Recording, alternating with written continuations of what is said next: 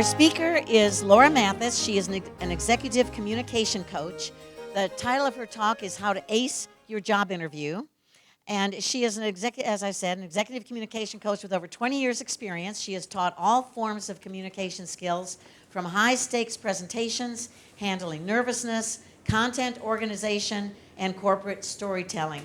She is a sought-after keynote speaker, from executive conferences to her 2012 TEDx talk with over 140,000 views. We'll have to all check that one out.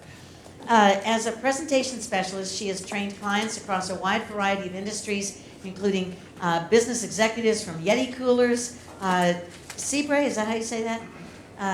Dell, Tempur Sealy, Bank of America, and many more. Her company, the Speech Improvement Company, has been in business for 56 years and is considered the oldest and most established coaching firm in the nation.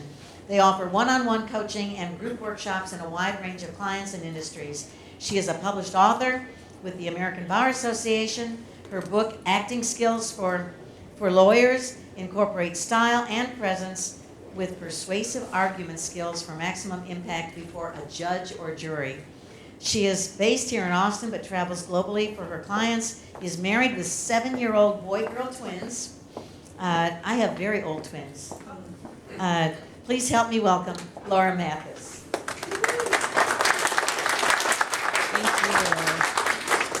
Thank you so much for that lovely introduction. All right, so we're going to jump right in. We have 1 hour today. And today we're going to discuss how to ace your job interview. Again, thank you for that lovely introduction, Kathy. I'm Laura Mathis. And I want you to know that my colleagues, as she said, the Speech Improvement Company has been around for 56 years, and every month we get together, just like you do here, and we review the latest research and studies and articles and data on effective communication. We continue to learn, and then we pass that along to our clients and to people like yourself today. And I want you to know that because I want you to feel comfortable knowing that the information I'm sharing today is valid and still applicable. We work with a lot of people in HR and decision making around hiring, and so we're always checking in and saying, does this still make sense? Does this resonate? Is this something you're asking people, to make sure that it's always applicable? So I'm really pleased to be sharing this with you today. We'll cover a lot of information, and I do have a handout. So what I'll do is I'll pass it to each section, and you can just hand it back. This is yours to keep. Feel free to make notes on that. And then after that, I will hand out a little sign-in sheet if you'd like to receive continued information on executive coaching, tips, tools, techniques. We do a quarterly newsletter, and your email is private. So if you'd like more information, I'll pass that along too. And we'll get started. Acing the job interview. How do you get your head in the game? I love that story of the woman that got 2 feet in the door and had a job offer on the way in. What a relief. I mean, this is an important conversation that you're having. It will affect many, many years of your life. And so what we want to do today is do some self-reflection, self-analysis, and start to understand how we can maximize our communication. We're going to discuss 3 key areas today. I'll be referring to a combination of the PowerPoint and also the handout, and I'll let you know when we're moving on within the handout. Everything communicates. Whether you know it or not, the second you walk in that door, you are communicating something. The way you walk, the way you sit, how your eyes look when you're listening, your posture, your gestures, your tone. And what a skilled communicator can do is have complete control of that. We've all had that moment where you're in an interview and you go home and say, why did I do this? Why did I say this? Or I made that weird joke about my cousin. So you're front, why? The goal is to have complete mastery over how you look, making sure that what you say connects with how you look. And that's a big part of what we'll discuss today. Strengthening your self-awareness. And then I'll give you time today to implement those skills immediately. That's where we see improvement as coaches, when you get a chance to practice it right away with real life information. So the 3 areas of focus today are speaking concisely. Does anyone have a problem when you're asked a question and you feel like it takes you a while to get there? You talk and you hope that you'll say something and eventually it's not too bad. But it might take a while to get there. How do you frame what you say on the spot? Number 2 is how to persuade with a listener focus. If we can tune in to the needs of the listener, what the listener needs us to be, we can persuade more effectively. And then number 3 is how to sell yourself. Even if you have a sales background, this is difficult for a lot of people. It feels embarrassing or you don't know what to highlight. So how can you effectively sell yourself in the job interview? Those are the 3 areas that we're going to cover today. And if you can practice and master these skills, you are going to do very well at your next job interview. So let's go ahead and jump in. The first document that you'll see on your handout says HEC on the top. This is a very effective tool when your listener's time or temperament is short. Perhaps you can see it. They're behind schedule. Someone popped in and said, Nancy, we need you in a meeting in 10 minutes. And she said, okay, sorry about that. We can get through this real quick. So right away you know, okay, I need to be very concise. What I like most about the HEC model is that it is designed to be finished in 30 seconds. That's about the attention span of most people anyway, isn't it? My kids, if a YouTube video doesn't load in 1 to 2 seconds, what do you think they do? Done. Didn't want to watch it anyway. Right? So it's very common for us to have short attention spans. It's better for the interviewer to say, tell me more about that, than to interrupt you and say, well, okay, that's great, thanks, let's move on. So let's go through what this means, HEC, and how you can use this in a job interview. The H is headline. This is similar to a headline that you might see in a newspaper article. It's the big picture. I've given you an example in your handout, but this can be applied to any topic that an interviewer asks you. And we'll have a chance to practice in a moment. It's 1 sentence. The next one is E, experience, or it can be example. And this provides 2 points that support your headline. Just 2. If you're an expert in your field, and many of you are, you could probably do 10 to 20 points. You don't need that in an interview. 2 will do. They'll ask you for more if they need it. And then C is comment.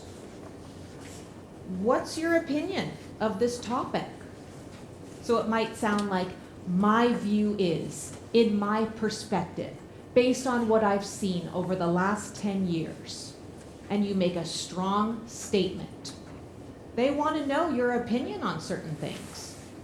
There's a temptation to be neutral or open or vague, but if they ask you for your opinion, they want to hear it, and they want to hear it in 1 sentence. So you can see how with practice you can get there. I was coaching a client yesterday, and the first time he did this model, he was halfway through and my 30-second buzzer went off. And I said, sorry, you're out of time. And I said, let's try it again. We talked a little, and the next time he had 12 seconds to spare. It was amazing. It goes to show that with practice, you can hone and be more concise with what you say. So what if we were to practice this in a situation similar to a job interview? Let's start with something fun, because I find that people get very wrapped up in content when you're practicing communication skills. I'm not worried about content. You are the experts in your field. I'm worried about how do you communicate that. So this is a fun idea that I've been reading about lately. I thought we could use for HEC. What do you think of the idea of making the day after Super Bowl a national holiday? Has anyone heard that banter? It's late. It's late by the time it ends. Some people are for it, some are against. What I'm asking you to do today is to commit to one side or the other. I'm not going to hold you to it. I'm not going to bring this back in court. Just commit. Yes, it should be a national holiday. Or no, that is crazy, Laura. And what we're going to do is go through HEC and practice. Okay? So if you were to agree, the headline might sound something like, the day after the Super Bowl should be a national holiday. If you disagree, there is no reason to support a national holiday after the Super Bowl. Are you with me so far? You make your 2 examples or experiences, if you have something that you're thinking of right now, how you've been impacted by it. And then see, what's your recommendation? What do you suggest? What I'd like you to do to practice this is to, in a moment, turn to someone beside you. If we need a group of 3, that's fine. And they're going to take out their phone and set a timer for 30 seconds. And at 30 seconds, you're going to give them a little wave, and that means your time is up, my friend. And I want you to see if you can go through HEC with this question and see if you can get all the way through it. Does anyone have questions on this? All right, once you've shared it with your partner, you'll switch. You can do that right away when you're ready. And feel free to share feedback with each other. If something was confusing, something you really liked, so both people get a chance to share. Go ahead and break into groups and let's try that right now.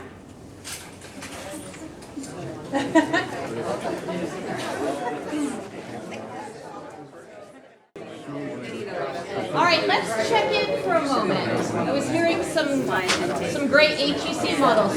Show of hands, who was able to do this in under 30 seconds? Let me see. This side is very heavy. This is my talkative side, and this is my side. Yeah, about half, just over half. What about 40 seconds? What about you're still basically talking? Yes. Okay, good. Share feedback with me. What did you hear? What was challenging? What worked? What did you hear that your partner did that worked? I'd love to hear your feedback. Yeah. I'll do it again. I just wanted to say, it's not the sign, that's I didn't really think it through.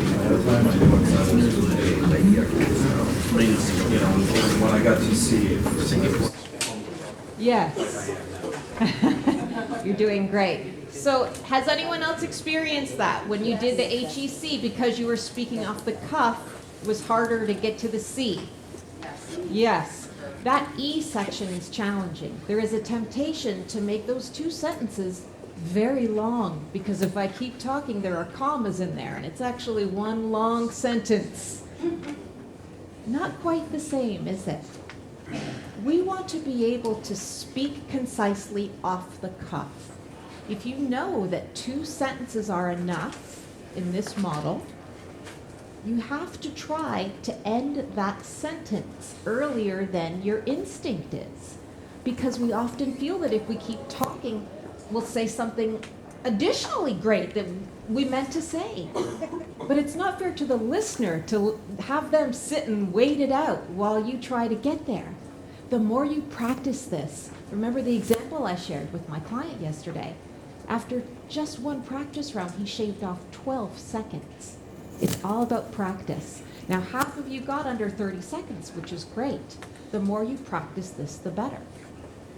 One of the questions that I'm hearing people are asking in interviews is, what business would you love to start? Why do you think they might ask a question like that? Can that tell them? Tell me again. What was it? To see if you're going to stay. See if you're going to stay. That's funny. Maybe. Yes. They're looking to see if what you would like to do all by yourself aligns with the position you're interviewing for. Sure. Is what you love to do in alignment with the role, with the job, with the company? What else? That was mine. Yes. To see if you're committed. Say it again. See if you're committed. See if you're committed. See how you are with coming up with ideas. How are you with coming up with ideas? Do you have an entrepreneurial spirit?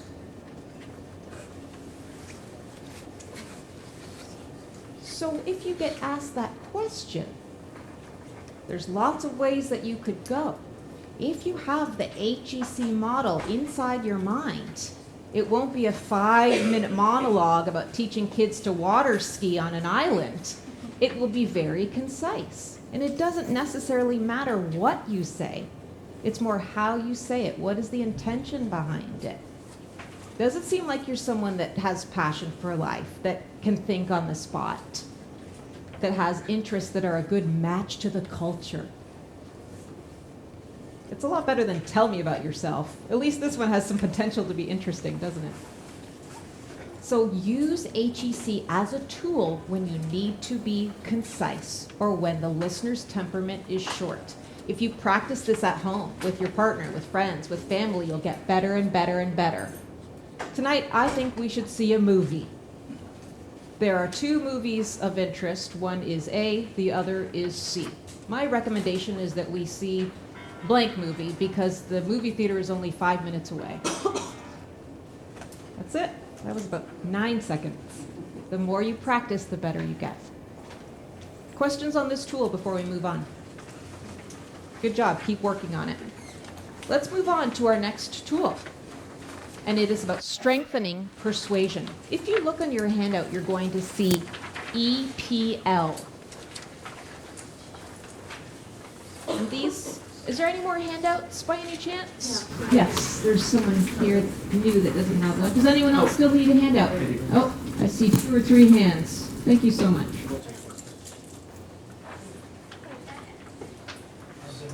This tool allows you to adapt how you persuade to the listener, to the person that's interviewing you.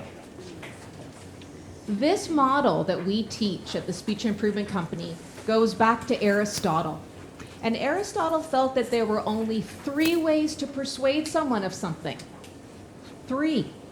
And if you and I can think of a 4th, we're going to write a book and be rich because it does not exist. So if you can apply all 3 of these modes when you are speaking, you have a higher chance of influencing and persuading the person that you're speaking to. So let's go through each of these modes, and at the end, I'll ask you which one you identify with the most. The E stands for ethos. E-T-H-O-S.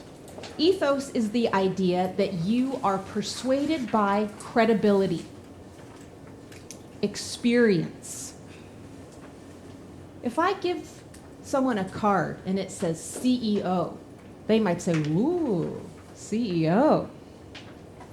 But for someone else, that means nothing. I give them a card and it says vegan chef to the stars, and they say, wow. To someone else, that means nothing. Okay? Some examples might be your job title, your experience, the company that you work for, research papers you've published, your podcast, your books, your TED Talk, articles that you've published, all of those things. Now, you get this for free, but you don't get to keep ethos. I might have incredibly high ethos, and then when I come up here, I'm like, hey guys, hey, it's so great to be here. It's like super nice outside. Oh my God, it's like sunny today, right? My ethos was here, gone in a second. Whatever, right? You don't get to keep it. You have to continuously prove your ethos, prove your credibility. Now, there's some important things to consider around ethos, and that is your ethos management. So it's relative. I might have very high ethos as an executive coach. You know, I have a TEDx talk. I've published a book. I've been doing this for 20 years. At home, my husband might say to me, you know, Laura, why don't we stop buying plants for a while? Let's just ease off on that. You don't need to be spending any more money at Home Depot on plants, because everything in my house is dead, because I've killed every plant I own. So my ethos as a speaker is high. My ethos as a gardener is very, very low. Now, you might have a similar situation as a candidate. You might have very high ethos in one area, and then in others, it's low. It's not where the interviewer might want you to be. So you need to know what your ethos is. How are you going to communicate it? It doesn't have to be this awkward interaction where the second you walk into a job interview, "Hi, I'm Laura, I've written a book. Great to meet you." It doesn't have to be that obvious. But in the interview, you can say things like, "In the research that I've done." Research? That's ethos. When my book was published, when I was a guest on the blank podcast, in my 20 years of experience in IT. Okay? So throughout the whole interview, you're weaving in your ethos. Don't assume it's obvious because they have your resume. They look at a lot of resumes. You need to prove that to them. Now, because ethos can change, we need to continuously be working on our ethos. I heard you all talking about making sure you access training, keeping up your skills. That's really important. There's a very funny story that my colleagues tell, and they were called, and a new CEO said, "I want you to sit in on the first meeting I run." Our coach said, "Okay." So the CEO stood in front of the room and he said, "Anyone that studied at Harvard or Yale or MIT, please stand." So he stood up and he said, "You're all fired." And then afterwards, the coach said, What happened there?" And he said, "I want to redo the culture of this company to be collaborative. And in my experience, people with that type of educational background aren't collaborative." Now, is that fair? No, not necessarily. But he had a strong opinion on that. That's what he felt like was slowing the company down and creating these combative conversations. So we need to be mindful of ethos and what the ethos is in the mind of the interviewer. Let's move on to the next mode of persuasion. P stands for pathos. Pathos is the idea that you will be persuaded by emotion. It is the most commonly used mode of persuasion. Now, it's not just happy, sad, angry. It can be negative repercussions as well. Losing money, loss of efficiency, loss of time. This is what we see most often in advertising. If you think of a drug commercial, what happens after they've taken the drug? What kind of scenes do you see? They frolic through fields of flowers. They're frolicking through fields of flowers. They're rowing a boat. Yes, they're making souffles. The children are, "I love you, Daddy." Yes, the drug commercials are using very strong pathos to sell you on that drug. What about a car commercial? What do you see in car commercials? Yes, beautiful. They're driving in these mountains. They're never driving to the grocery store, right? It's always just the beautiful landscape, and they're very attractive and so happy. They're selling you the emotion that you will experience. And you'll know that the person interviewing you has a strong sense of pathos if they use a lot of those words. I'm excited about, I was frustrated by, I feel like, I was so pumped when I read that you. They're showing you that that is something that drives them. So how can you show that in a job interview? Instead of being very clinical, you can use words that describe the projects that you were doing. I was very passionate about ABC project, and it was so inspiring when it was finally completed. They're going to, you'll see them, yes, they'll see them nod with you, yes, because you are persuading them in the way that they prefer to be persuaded. This is something that can be really fun to use. And it's easily accessible because we're so used to being sold by that with commercials and with products. Now, if ethos doesn't do it for you and pathos hasn't really excited you, you are going to fall into the third category. And that is logos. Thank you. Logos is the idea that you are persuaded by logic. data, facts, figures. It's the logical progression of events. You read the small print. You read the contract before you sign it, every word of every page. Now, going with stereotypes, if you were to think of an accountant, where would an accountant fall? In ethos, pathos, or logos? Logos. What if he loves his job? What if he is passionate about his job? What if he says, you know what my idea of a great Friday night is? Sitting down with my Excel spreadsheets, just going through the week. I love seeing it all line up. Drawn away. What is it? Drawn away. Drawn away? Yeah. Not my idea, but it's his. So now all of a sudden there's a logos accountant, but he has a lot of pathos about his job. That's possible too. These things intersect. Now we change. In certain situations, we might fall more heavily than the other. I'll give you an example. Normally, I am very persuaded by pathos. Absolutely. I see a commercial of a cruise ship and people are relaxing. Maybe not a cruise ship these days. Yeah, I'm going to scratch that. I'll take that back. A tropical vacation of some kind. And I look at it and say, oh, that looks nice. Every time. Now, my children and my husband have been pushing for the family to get a dog. We used to have a St. Bernard. Does anyone know St. Bernards? Yes. 185 pounds, drooling. It was like living with a horse with rabies. It was insane. And after he passed away, I said, I think I'm finished with animals. And my kids are using a very emotional argument. But Mom, think of how nice it'll be. You can pet the dog after a bad day. Nothing. It is not resonating with me. And then one day my husband said, listen, I'll take it to the vet. I'll pick up the poop. I'll take it to obedience classes. And I said, keep talking.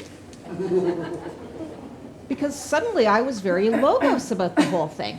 That was how he started to persuade me. Long story short, I agreed to a dog. I'll let you know what happens next time we get together. But if they would have kept pushing the emotional argument, even though that would have worked for me in many different situations, it didn't in that. So when you're in a job interview, see if you can determine what is important to this person. What are they emphasizing? Are they emphasizing your experience? All the papers that you've published? Your 20 years of experience? Are they using a lot of emotional words? I'm so happy that, I'm worried that, I'm so impressed by. Or is it a very logos conversation? You have done this, we need this, this is what we're looking for. See if you can, in the interview, adapt to the best way to persuade the listener. We tend to lean towards one way that we're persuaded by, and then we lean very heavily on that one mode. So let's just do a test. If I forced you to choose one of these modes, ethos, pathos, or logos, let's just check in with the room, knowing it changes. But which mode are you most likely to be persuaded by? Let's see a show of hands of ethos, experience, credibility. Okay, good, that's about 1/3. Pathos, emotion, feelings. About 1/3, everybody else is logos. Okay, a little bit heavier on logos in this room. So there's a great example. If someone in this room was interviewing you and you are very, very ethos-based, my experience, this is what I've done, and their pathos, there might be a disconnect there. So take some time to think about that. Understand how to adapt your experience based on that person. Let me give you an example of what someone might say in a job interview, and we'll practice this as a group. What if they were to say, you know, Kathy, we are a global company and we do most of our communication and managing digitally. We use Zoom, Microsoft Teams. Tell me your experience with that, your comfort level. Okay, you're on the spot. What could you say that is ethos heavy, experience heavy? What's a statement that you could say? Years of experience you have with those tools? Yes, years of experience that you have with those tools. Yes, it is so important to be able to communicate effectively remotely. I've been using Zoom for over 10 years now. I've never heard of it before today. You've never heard of it before today. Okay, get on lynda.com. Apparently. What about pathos? How do you respond in an emotional way to a question about that tool? What could you say? Zoom sucks. Let's not do that. No. Even I if love that. It's much better than just being on the phone. I love it. So much better than just being on the phone. Great. Good. They're going to nod. Yes, I agree. What about logos? What is a logo statement that you could make if this question was asked of you in an interview? It's a cost-effective way of communicating. Woo! All the logos people say yes. 90% of our customers use it. 90% of our customers use it. Beautiful. Statistics, data, numbers. I find that 9 out of 10 times an email goes unread, but a video conversation gets things resolved immediately. 9 out of 10, it doesn't really matter if you've been tracking it, right? We're just tying it to logos. Does this make sense? Yes. I see you all thinking. Let's move on to our next tool. Self-sell.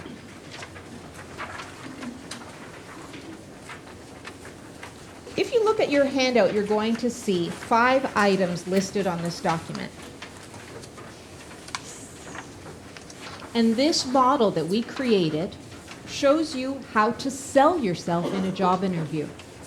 Now, for some of you, this is difficult, whether you have a sales background or not. It feels uncomfortable. You don't know what to say or how to say it. This model is very effective in talking you through how you can do that and the different ways to achieve it. So the number 1 is can do. This proves that you can do the job. Now, you might assume that they already think that because you're at the job interview, but that is not necessarily true. You need to say how you could do the job. You can combine ethos, pathos, and logos. You can use the HEC model and keep it short. But you need to be very clear that you can do the job that they are asking of you. Number 2 is how will it benefit them or their company or their team? One of our favorite approaches to this at the Speech Improvement Company is that you can even ask them. You might say, now, Mark, when you look at my resume, how do you think I would fit into the team in this department specifically? How would I benefit them based on what you see? And then they are going to tell you exactly how they see you fitting in and benefiting the team. It's not a trick. You need to know that. You need to make sure that they're in alignment with what you think you'll be doing and what you're bringing to the table in your mind. And once they've answered you, you can adapt how you respond to what you already know they could see you doing or achieving or the team to work with. They just answered it for you. And it's not a trick because this is your life. This is what you'll be doing all day. And you deserve to make sure that those 2 things are in line. How they see you benefiting them and how you see them. This is a really important thing to not skip. Number 3 is experience. This is where a lot of your time is spent in a job interview. It's more than just rephrasing your resume. What is a lot more effective than recapping your resume is stories and examples that demonstrate your experience. When I worked on ABC project, these were the challenges, and here's how I overcame them. When I first started out in this industry 30 years ago, here's what I saw, and here's how I struggled, and here's how I came above that, and that's how I've been so successful over the last 30 years. Right? Stories do so much more than saying, well, as you can see, from 2012 to 2014, I was ABC, and my responsibilities were ABC. Their eyes are going to glaze over because they've already read that. What are the stories that they don't know about? Your successes. Sometimes those failure stories are great to bring up as long as it has a happy ending. We made a lot of mistakes. We did A, we did B, we did C. But what we learned from that was, and now the way that I work is, that's what's going to resonate. Number 4 is work style. This is really important.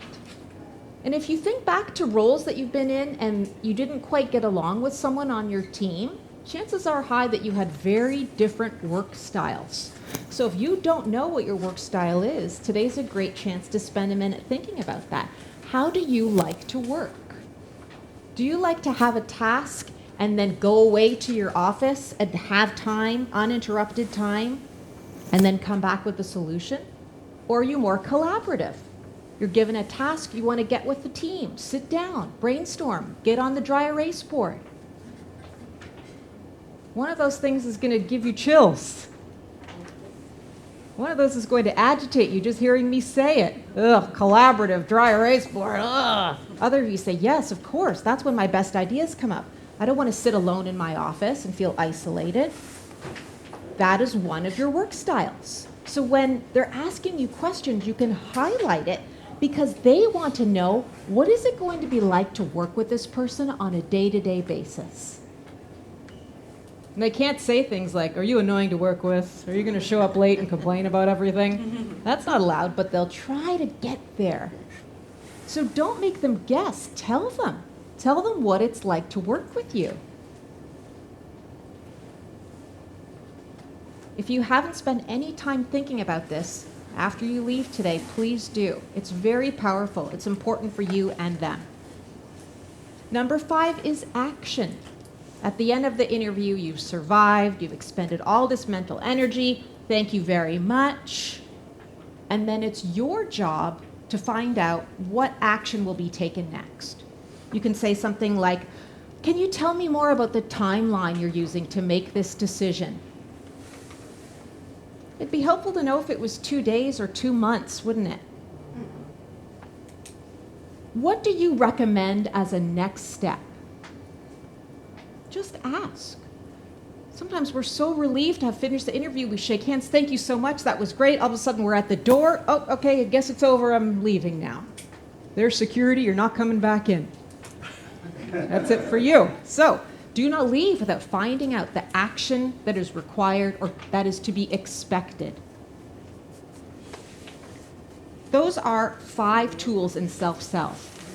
And if you can do this, if you can find the can-do statement, benefit, experience, work style, action, you will set yourself up for success. Now, again, just like HEC, it's ideal if you could do this in 30 seconds. I know. All 5 I know. All of them. Now, you don't have to do it in 30 seconds. Some job interviews are 2 days long. You don't have to do it in 30 seconds, but it would be an advantage to you if you could, off the cuff, speak to at least most of these things. Some people call this an elevator pitch. You might get into the elevator going up, and guess who's in the elevator? Someone that would be on your team if you were hired. Woo! If you can go through this list quickly, 1 sentence per item, as much as it makes sense, you're going to have created a very positive interaction with them. As opposed to you've got 30 seconds, you realize they might be on your team. This weather's been crazy. It's hot and cold. And they say, yeah, great. And they leave and you go, oh. You want to have this accessible. So I want to give you an opportunity to practice. What we're going to do, turn to your same partner. Question. Yes. Yes. Expound a little bit more on the can-do Yes. of self-sell. So I heard you say how you could do the job. Yes. What else could you elaborate? Yes. So let's say, for example, it's a sales job, and you've read through the list, the job posting, and there's 8 bullets. And luckily for you, 6 of those 8 you've been doing for the last 3 years. So when they say, tell me about your last role, you explain all the ways that you can do the role. Well, what I've been doing for the last 10 years is CRM management, outbound and inbound sales, and client success. And the way I've been doing that is via this software, in-person, and quarterly meetings. So and they look and they say, oh, that's all the things that we need you to be able to do. You've tied it to past experience, you've tied it to a past job, you've tied to the fact that you've just completed this training or you've been doing this training for 10 years. Sometimes what happens in an interview is that because they have your resume and they saw those things, you assume that they already think you can do the job. But you're there to prove you can do the job. Just because you're a match doesn't mean that automatically you get moved to the next round. You have to verbally explain that, yes, you can do what will be asked of you. You have the skill, you have the background, you have the knowledge. Is that helpful? Yes. Okay. It's really about specificity. The resume will not necessarily be obvious to them. They might barely skim it. They may not have even looked at it. It was handed to them as they walked in.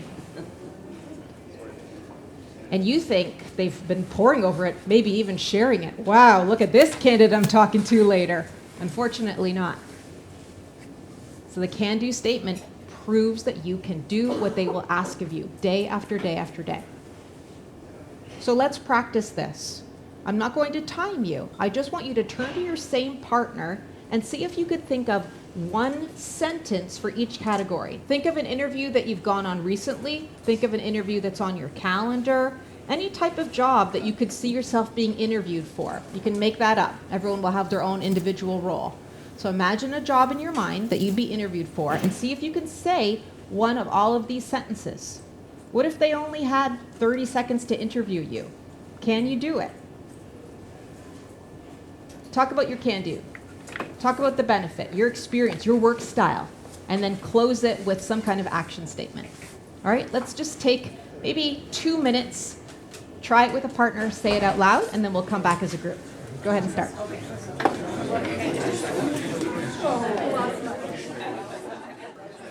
Okay, I heard some good statements. If you'll come on back to me, we'll do a debrief and we'll wrap up our session. What did you hear that you liked from your partner? Did you hear anything that you want to use or adapt for yourself? Share feedback.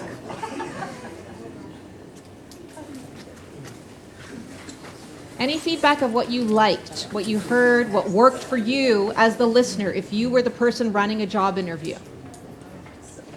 Yes. So she had to be very confident that she had the ability to do it, the position that she's looking for. She's done it before, and she convinced me that, yeah, she got this. Great job. Strong can do. Good work. Yes. This gentleman, he closed with the fact that his training program is still in place 10 years later because people on LinkedIn will connect with him, telling him they went through his program. Wow. Very good. It's a great way to end it. What else did you hear that you appreciated from the perspective of an interviewer?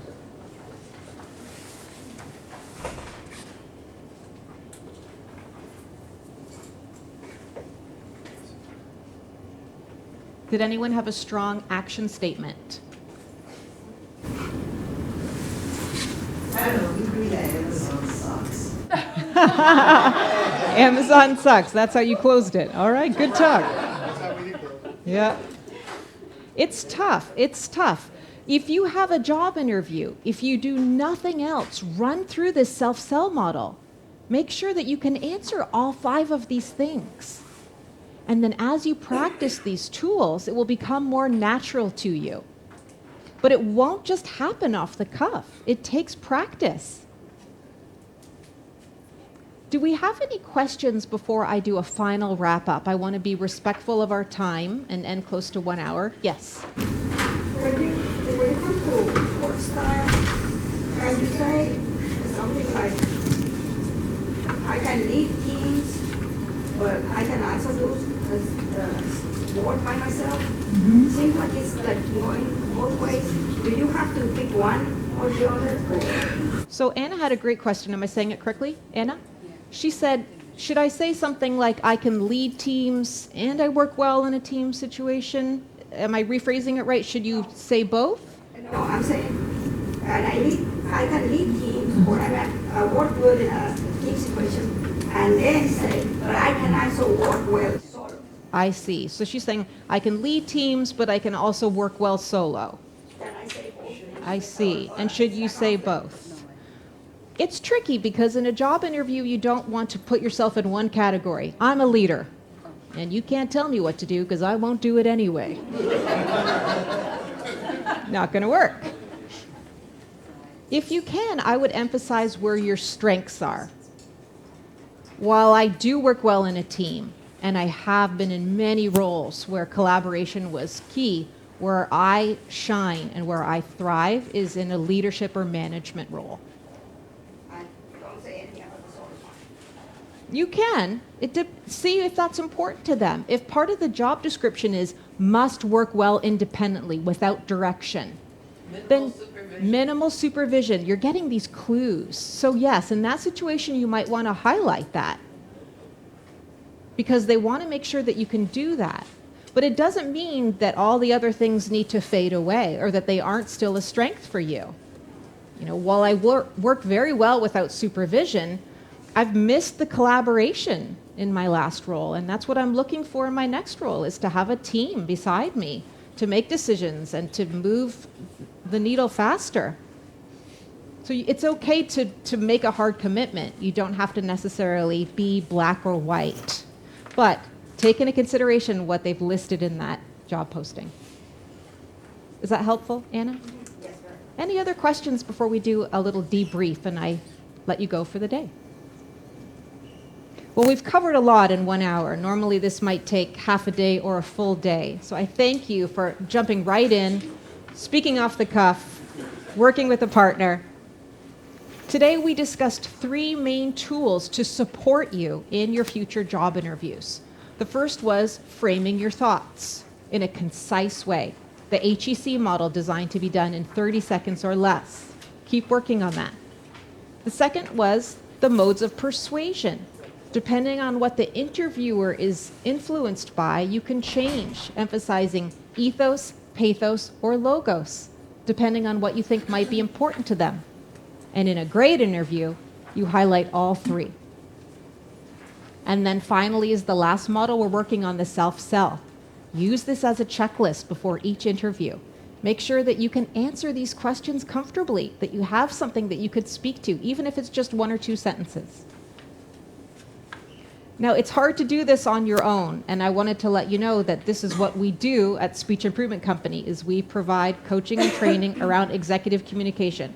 So if you'd like support, you'll find my email on there. Let me know how I can be helpful to you, myself or any of my colleagues. We're all over the world, and we're happy to talk to you if you want to hop on the phone, if you want to send me an email with a question that you think of as soon as it's over. Please feel free to consider me a resource. And if you want formal support to run through these tools, let me know. We do one-on-one coaching remotely and in person, and I'd be happy to help you. Ask you about the service that you provide. If somebody has an issue like the termination, Yes. do you primarily work with executives rather than people at all different? We work within all levels and all different organizations. And a lot of the people that we coach have been in a role for 10 or 20 years. Suddenly there's a termination and they haven't been in a job interview or 10 to 15 years. And that's really hard. The interviews tend to be the practice sessions, don't they? Because nothing can really replicate that on your own. So yes, no matter what your situation is, we can coach you because we work in these companies. We see the executives in the roles that you'll have, or whatever level that you're aiming for in your career. Over 56 years, we've probably coached that industry and that role. So we feel comfortable supporting you in that way. Thank you for asking. And do you have data Do I have data? about your success? We do. We have a, thank you for asking Yes. a very Logos question. I will share briefly that we have a 90% client return rate. 90% of the people we coach will initiate a call and say, can you come back? We have a new team member, we have a new department, we have a new initiative.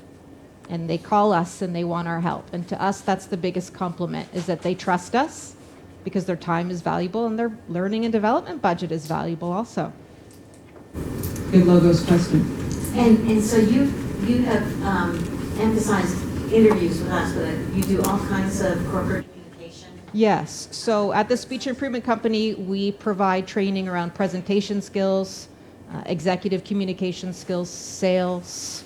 We even have programs for accent reduction for people that do a lot of conference speaking, but they feel like their accent is a little distracting. You know, sometimes we work with people in biotech and they come from other countries to do investor presentations, but English is not their first language, and so they feel uncomfortable that there's certain phrases or words that they could say a little differently, so it's easier to hear.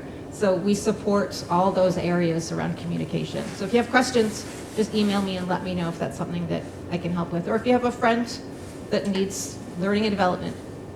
So it's time to start to wrap up. I would like to encourage you, as your action item, to refer to this handout the next time you have an interview. We talked today about having some self-reflection, and there's two things I'd like to leave you with. Part of that self-reflection is organizing your thoughts and then enhancing your delivery. If you can work on those two things leading up to an interview, you will do very well the next time you have a job interview for any type of role.